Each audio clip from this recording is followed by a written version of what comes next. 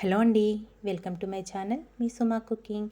ఈరోజు మన ఛానల్లో రెసిపీ వచ్చేసి ఒక టేస్టీ స్నాక్ ఐటమ్ అండి. అది కూడా ఉప్మా రవ్వ క్యాబేజీ తురుముతో ప్రిపేర్ చేసుకుంటాం. చాలా టేస్టీగా ఉంటుంది, చాలా హెల్దీ కూడా అండి. ఫస్ట్ దానికోసం స్టవ్ పైన ఒక ప్యాన్ పెట్టేసుకొని ఒక 2 కప్పుల వరకు వాటర్ వేసుకోండి. అందులోకి రుచికి సరిపడినంత సాల్టు, అలాగే సన్నగా కట్ చేసుకున్న కరివేపాకు, కొద్దిగా చిల్లీ ఫ్లేక్స్ కూడా వేసేసుకోవాలి.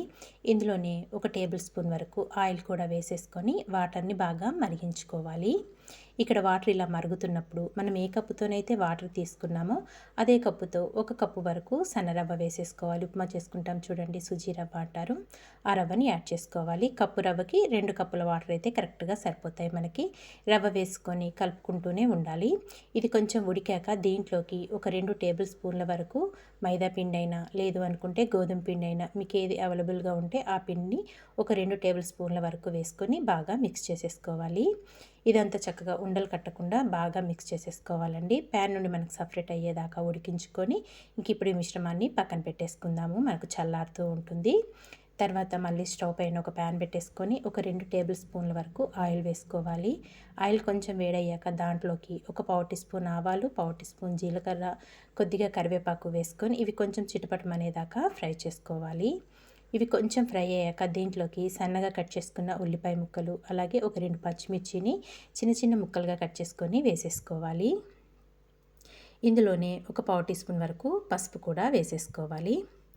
ఇలా వేసేసుకొని ఇదంతా బాగా మిక్స్ చేసేసుకోవాలండి. ఇదంతా కలుపుకొని ఉల్లిపాయ ముక్కలు మనకు కొంచెం సాఫ్ట్గా అయ్యేదాకా మగ్గించుకోవాలి. మనకు మరి బాగా వేగిపోవాల్సిన అవసరం ఏమీ లేదు, లైట్గా మగ్గితే సరిపోతుంది. చూసారు కదా, ఈ విధంగా మగ్గాలి. మనం ప్రిపేర్ చేసుకునేది ఇప్పుడు స్టఫింగ్ అండి. ఉల్లిపాయ ముక్కలు ఇలా బాగా మగ్గిపోయాక దీంట్లోకి ఒక హాఫ్ ముక్క వరకు క్యాబేజీని తీసుకొని సన్నగా తురిమేసుకొని వేసేసుకోవాలి. క్యాబేజీ భలే రుచిగా ఉంటుందండి. క్యాబేజీ వేసుకొని చేసుకోవడం వల్ల మనం ఈ స్నాక్ అనేది.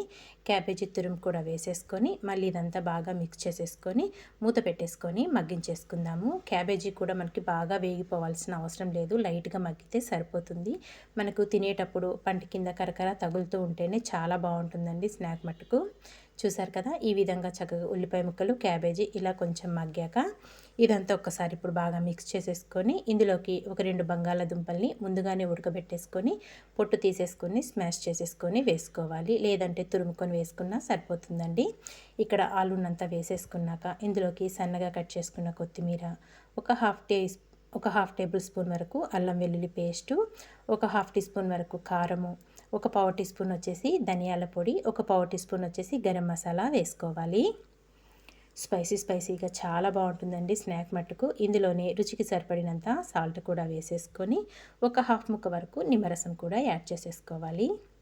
ఇలా యాడ్ చేసేసుకొని ఇంక ఇదంతా బాగా మిక్స్ చేసేసుకోవాలి. చక్కగా మనం వేసుకున్న ఉప్పు, కారం, మసాలాలు అంతా చక్కగా క్యాబేజీకి, ఆలు తురుముకి పట్టే విధంగా ఇదంతా బాగా మిక్స్ చేసేసుకోవాలి. ఇదంతా ఇలా బాగా మిక్స్ చేసేసుకున్నాక ఇంక ఇప్పుడు మూత పెట్టేసి 1 నిమిషం పాటు మగ్గించుకోండి, సరిపోతుంది. మూత పెట్టేసుకొని మగ్గించుకుందాము. 1 నిమిషం తర్వాత అయితే మీకు చూపిస్తున్నాను. చక్కగా మనకు స్టఫింగ్ కోసం ప్రిపేర్ చేసుకున్న కూర అయితే రెడీ అయిపోయింది. ఇదంతా కలుపుకొని స్టవ్ ఆఫ్ చేసేసుకొని పక్కన పెట్టేసుకుందాము, చల్లారుతూ ఉంటుంది. ఈ లోపల మనం ముందుగా ప్రిపేర్ చేసుకున్నాం కదా రవ్వతో మిశ్రమం అనేది, చక్కగా అదంతా ఒక ప్లేట్లోకి వేసుకొని ఒక టేబుల్ స్పూన్ వరకు నెయ్యి వేసేసుకోండి. నెయ్యి వేసుకొని సాఫ్ట్గా పిండి ముద్దలాగా కలిపేసుకోవాలి. నేను చూపిస్తున్న విధంగా ఇలా కలుపుకొని చేతికి కొంచెం నెయ్యి అయినా లేకపోతే నూనె అయినా రాసుకొని కొంచెం పిండిని అయితే తీసేసుకోవాలి. నేను చూపిస్తున్న విధంగా ఇలా బాల్లాగా ప్రిపేర్ చేసేసుకొని ఇంకో చేతికి కొద్దిగా ఆయిల్ రాసుకొని మనం ప్రిపేర్ చేసుకునే రవ్వ మిశ్రమాన్ని చేతి మీద పెట్టేసుకొని చిన్న సైజు పూరీలాగా ఒత్తేసుకోవాలి చేతి మీదనే. ఇలా ఒత్తుకున్నాక మనం ప్రిపేర్ చేసుకున్న స్టఫింగ్ ఉంది కదండి కూరని, అది కూడా చల్లారాక చిన్న బాల్స్ లాగా ప్రిపేర్ చేసుకొని పూరి మధ్యలో మనం ప్రిపేర్ చేసి పెట్టుకున్న స్టఫింగ్ కర్రీని పెట్టేసుకొని క్లోజ్ చేసేసుకోవాలి. కూర అనేది బయటికి రాకుండా చక్కగా క్లోజ్ చేసేసుకోవాలి.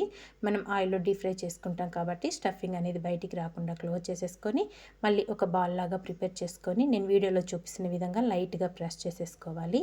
ఇలా లైట్గా ప్రెస్ చేసేసుకొని అన్నీ ఇలాగే ప్రిపేర్ చేసుకోవాలండి. స్టఫింగ్ అనేది కొంచెం ఎక్కువ పెట్టుకోండి, చాలా బాగుంటుంది మనకు తినేటప్పుడు. రవ్వతోని మనం చేసుకుంటున్నాం కాబట్టి పైన లేయర్ అంతా క్రిస్పీగా, లోపల పెట్టుకున్న స్టఫింగ్ అనేది కారం కారంగా చాలా బాగుంటుంది. ఇక్కడ అన్నీ ఇలాగే ప్రిపేర్ చేసేసుకున్నాక మీకు చూపిస్తున్నాను. తర్వాత స్టవ్ పైన ఒక ప్యాన్ పెట్టుకొని డీప్ ఫ్రైకి ఆయిల్ వేసుకోవాలి. ఆయిల్ వేడయ్యాక మనం ప్రిపేర్ చేసి పెట్టుకున్నవి ప్యాన్లో ఎన్ని పడతాయో అన్ని 1 బై 1 వేసేసుకొని ఇక్కడ నేను 2 వేసుకున్నాను.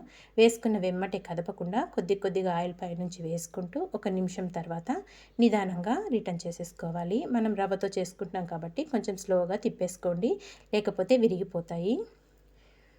ఇలా 2 వైపులా మంచి కలర్ వచ్చే వరకు అటు ఇటు తిప్పుకుంటూ చక్కగా డీప్ ఫ్రై చేసేసుకోవాలండి. స్నాక్ మటుకు చాలా బాగుంటుంది. బయట పకోడీలు, బజ్జీల కంటే ఇలా ఈ విధంగా ఇంట్లో ప్రిపేర్ చేసి పెట్టండి. కూరగాయలతో చక్కగా ఇందులో క్యారెట్ తురుము కూడా వేసుకోవచ్చండి, చాలా బాగుంటుంది. 2 వైపులా ఇలా డీప్ ఫ్రై చేసుకొని ఒక ప్లేట్లోకి అయితే తీసేసుకోవాలి. మిగతా ఉన్నాయన్నీ కూడా డీప్ ఫ్రై చేసుకున్నాక మీకు ఒక ప్లేట్లోకి సర్వ్ చేసి చూపించేస్తున్నాను. పిల్లలకి టమాటా సాస్తో కనుక సర్వ్ చేసి ఇచ్చారంటే చాలా టేస్టీగా ఉన్నాయని అయితే తింటారండి. స్కూల్ నుండి వచ్చేటప్పటికల్లా ఈ విధంగా ప్రిపేర్ చేసి పెట్టండి, సూపర్ టేస్టీగా ఉన్నాయంటారు. ఒకటి కట్ చేసి చూపిస్తాను చూడండి. లోపల పెట్టుకున్న స్టఫింగ్ అనేది చాలా బాగుంటుంది. అలాగే పైన లేయర్ అంతా రవ్వతో చేసుకున్నాం కదా, కరకరలాడుతూ బాగుంటుంది. మరి ఈ స్నాక్ ఐటమ్ అనేది మీకు నచ్చితే ప్లీజ్ తప్పకుండా ట్రై చేసి ఎలా వచ్చిందో కామెంట్ చేసేయండి. Thank you for watching.